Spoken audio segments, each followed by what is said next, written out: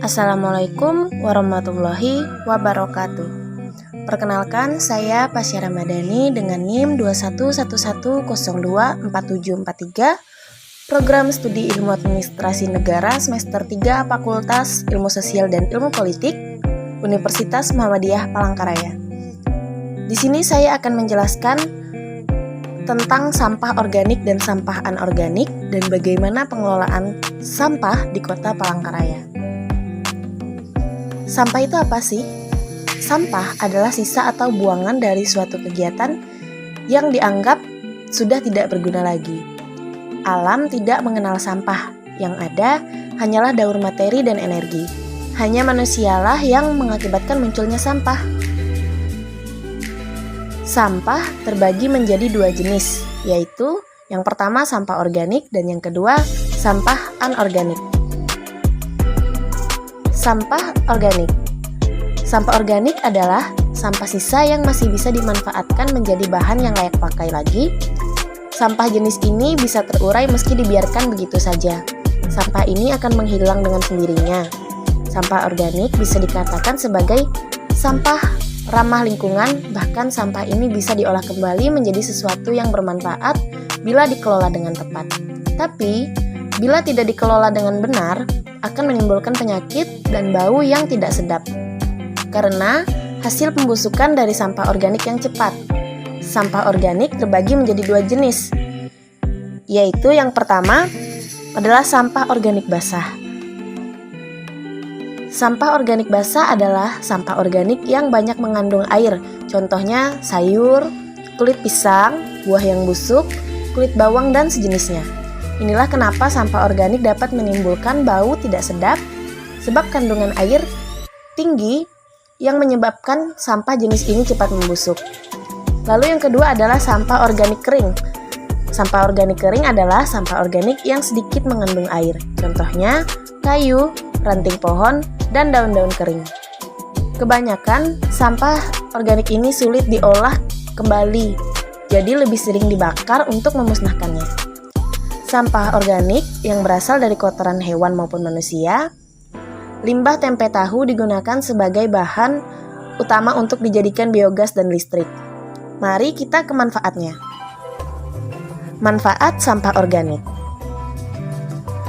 Manfaat sampah organik yang pertama bisa digunakan sebagai kompos atau pupuk organik.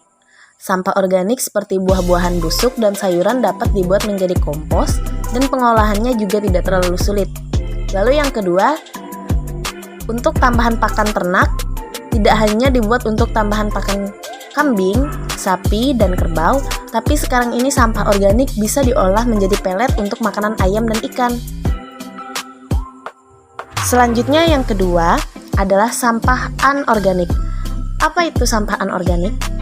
Sampah anorganik adalah sampah yang sudah dibuang dan tidak layak pakai lagi. Sampah ini tidak bisa terurai. Sampah anorganik yang tertimbun di tanah dapat menyebabkan pencemaran, karena sampah ini tergolong zat yang sulit terurai dan akan tertimbun dalam waktu yang lama. Inilah yang menyebabkan rusaknya lapisan tanah. Contoh sampah anorganik. Contoh sampah anorganik adalah plastik, botol atau kaleng minum, kresek, ban, bekas besi, kaca, kabel, barang elektronik, bola lampu, dan lain-lain. Memang sampah anorganik sulit terurai, tapi masih bisa kita manfaatkan kembali. Jangan sampai dibiarkan begitu saja ya kawan-kawan. Lalu apa manfaat sampah anorganik? Manfaat sampah anorganik adalah dengan membuat kerajinan dari contoh-contoh tadi, misalnya sampah plastik dibuat menjadi tas, taplak meja makan, pernak-pernik, dan lain sebagainya. Baik, kita akan masuk ke pembahasan selanjutnya, yaitu bagaimana pengelolaan sampah di Kota Palangkaraya. Setelah saya observasi, pengelolaan sampah di Kota Palangkaraya menurut saya kurang baik. Kenapa? Karena tempat pembuangan sampah yang sering kita sebut TPS itu sangat sedikit adanya. Saya juga menemukan ada masyarakat yang masih membuang sampah sembarangan. Mungkin karena TPS yang disediakan terlalu sedikit dan lumayan jauh dari rumah, yang menyebabkan masyarakat malas membuang sampah ke TPS.